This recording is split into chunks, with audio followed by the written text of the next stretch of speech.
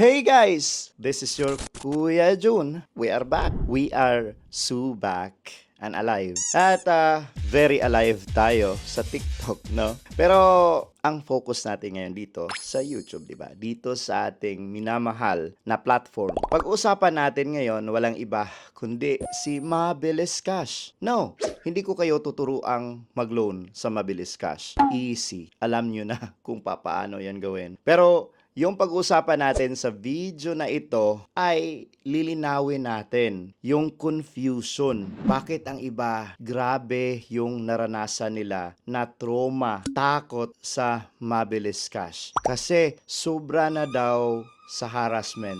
So ano nga ba ang totoo? 2025, naririnig ko na yan. Revoke na daw yung license ng Mabilis Cash. Or wala talagang lisensya ang Mabilis Cash. Totoo nga ba? Bakit nagkaganito? Bakit may kalituhan o confusion na nangyayari sa utangan world? Are you ready? I-discuss natin sa video na ito. Pero bago yan, paki-follow mo naman ako dito. Follow me dito sa YouTube. At of course, iimbitahan kitang i-follow mo ako sa TikTok. Masaya doon. Masaya nga dito. Masaya din doon. Dahil doon ay nagla-live din tayo kada araw. Napaka-exciting ng mga kaganapan. No? Okay, let's get started. Ang reason po ng confusion ay dahil may dalawang Mabilis Cash na peke sa iOS. And mostly, yung mga nahaharas ay yung mga naka-iPhone. Kasi nga, sa App Store, kukunin ang mga Ola, 'di ba? So may dalawang Mabilis Cash dito. Ang pinakauna parang kinopya talaga ang logo ng Mabilis Cash. Yes. Pero ang app green. So ang logo lang talaga ang kinopya nila. Sabi dito ang developer Abitaj Lending Corporation, which is hindi existing sa list of recorded online lending platform. At of course, walang legal or legit na OLA na kukopya sa isa pang existing na OLA, 'di ba? Common sense. So, impostor. At makikita mo sa mga reviews nito, ito medyo konti pa lang, 550 ratings. Ang andito, 4.8 ratings, which is mataas pero ang daming fake. Pero yung mga most recent na nakikita natin, sabi dito, don't borrow, illegal. Taas ng service fee. Tricky loan, service fee 1.4K, 1,400 ba? Maiiwan sa'yo 1,800.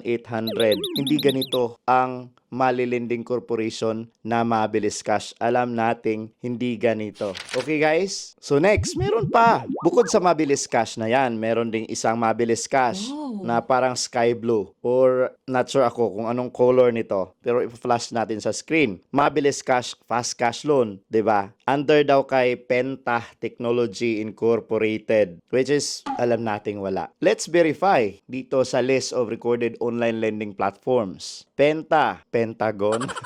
Penta, wala. Walang Penta, guys. Mataas pa rin ang ratings. Ito, mas marami ito. Kasi 1,400 ratings daw. And tingnan natin yung mga reviews. Pinaka-recent. Nako, ang sabi dito na report na daw niya sa NBI para sa harassment. Mabilis Cash pero mabagal ang approval, sabi. Ito pa, one day before the due, somebody will text me repeatedly with threat.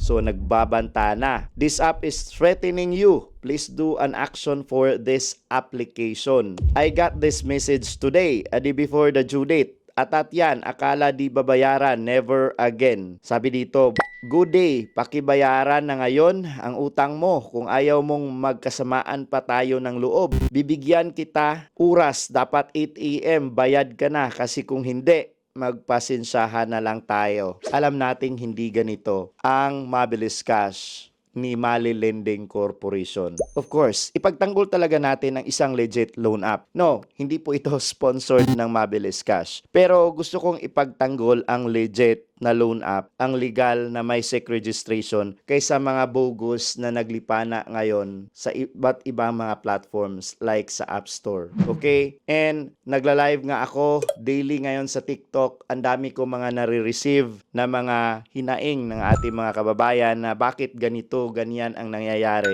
And some of them ay hindi nila alam na hindi pala talaga legit na mabilis cash kanilang nautangan. Because alam natin, mabilis cash, maybe narinig na nila somewhere na okay ang mabilis cash na yan. Maybe sa Facebook, naririnig na nila na okay ang mabilis cash na yan. Okay, naghanap nga sila ng loan app na mabilis cash, which meron sa App Store. Okay guys, ngayon klaruhin natin po na si Mali Lending Corporation ay hindi po gumawa ng application para sa iOS. And I'm not sure why. Nasa Google Play Store lang sila. Okay, puntahan natin ang legit na Mabilis Cash na pagmamayari ng Mali Lending Corporation. Okay, puro ba magaganda? All goods ba yung sinasabi ng mga tao dito sa Mabilis Cash? Of course, hindi. Hindi siya. Hindi siya all good. Kasi marami ring mga nakikitang pangit ang mga tao sa Mabilis Cash based on their experiences. Ang iba nagsasabi mataas masyadong interest. Ang iba nagsasabi bakit bumaba ang credit limit nila, good payers naman sila. Ang iba nagsasabi bakit biglang reject yung next loan nila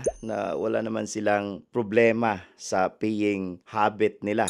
Nagbabayad naman on time. So yun ang mga kadalasang reklamo. At ang iba pa nga, yun nga, sabi ko rejected, 'di ba? And ang team namin before, yes, nakautang sa Mabilis Cash and biglang wale sa next reloan. Ito guys, pag-usapan natin ang interest rate din ni Mabilis Cash according sa mga feedbacks ng mga tao at minsan nakakagulat. Noong nag-live ako sa TikTok at sa mga post ko may nagsishare pero hindi ko kinuha yung screenshots, but may mga nagsasabi talaga na umabot na sa 200 plus yung credit limit nila sa Mabilis Cash. Before hindi talaga ako naniniwala because makikita naman sa app nila na hindi naman ganun kalaki yung ipinapakita or advertise nila na maximum loan, di ba? But yung mga suki nila, yung umuutang na talaga sa Mabilis Cash ay binibigyan nila ng mas mataas pala na credit limit. At nagko-compute ako dito, nag-work back ako sa mga feedbacks, mas bumababa pala talaga yung